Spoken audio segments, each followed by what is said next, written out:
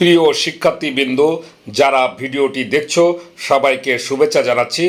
যারা এবছর এসএসসি পরীক্ষা দিয়েছো আমাকে মেসেজ করে, ভিডিওতে কমেন্ট করে এবং ফোনে জানিয়েছো যে স্যার এখন রেজাল্টের জন্য অপেক্ষা করছি এবং ভালো কলেজে ভর্তি হতে চাই, আমরা এখন বসে না থেকে এই সময়টাকে কিভাবে কাজে লাগাতে পারি।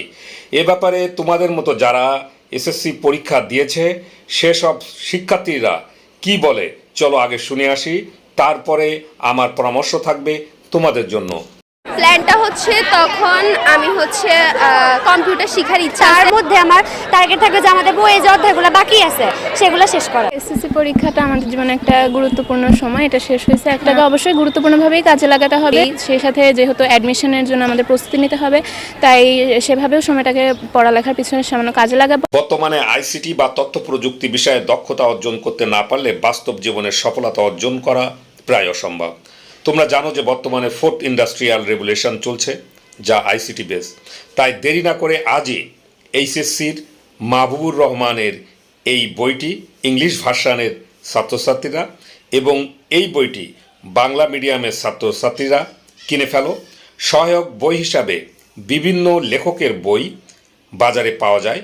আর যদি সম্ভব হয় সহায়ক বই হিসেবে একাদশ এবং দ্বাদশ শ্রেণীর national curriculum and text book বোর্ডের এই বইটি সহায়ক বই হিসাবে সংগ্রহ করতে পারো।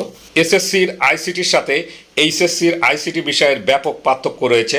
তোমরা এসএসসিতে আইসিটি বিষয়ে এমসিকিউ এবং প্র্যাকটিক্যাল পরীক্ষা দিয়েছ 50 নম্বরের, কিন্তু এইচএসসিতে আইসিটি বিষয়ে সৃজনশীল প্রশ্ন এবং এমসিকিউ এবং প্র্যাকটিক্যাল পরীক্ষা থাকবে। এইচএসসির সিলেবাসে বাইনারি সংখ্যা পদ্ধতি, ডিজিটাল ডিভাইস, এইচটিএমএল, ডাটাবেস ম্যানেজমেন্টের মতো জটিল বিষয় রয়েছে।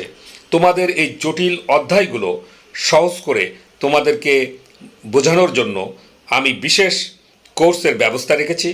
তোমরা ভিডিওতে প্রদর্শিত এবং ভিডিও ডিসক্রিপশানে লিখিত নম্বরে ফোন দিয়ে অথবা ছোট্ট একটি মেসেজ দিয়ে আমাদের সাথে যোগাযোগ করতে পারো।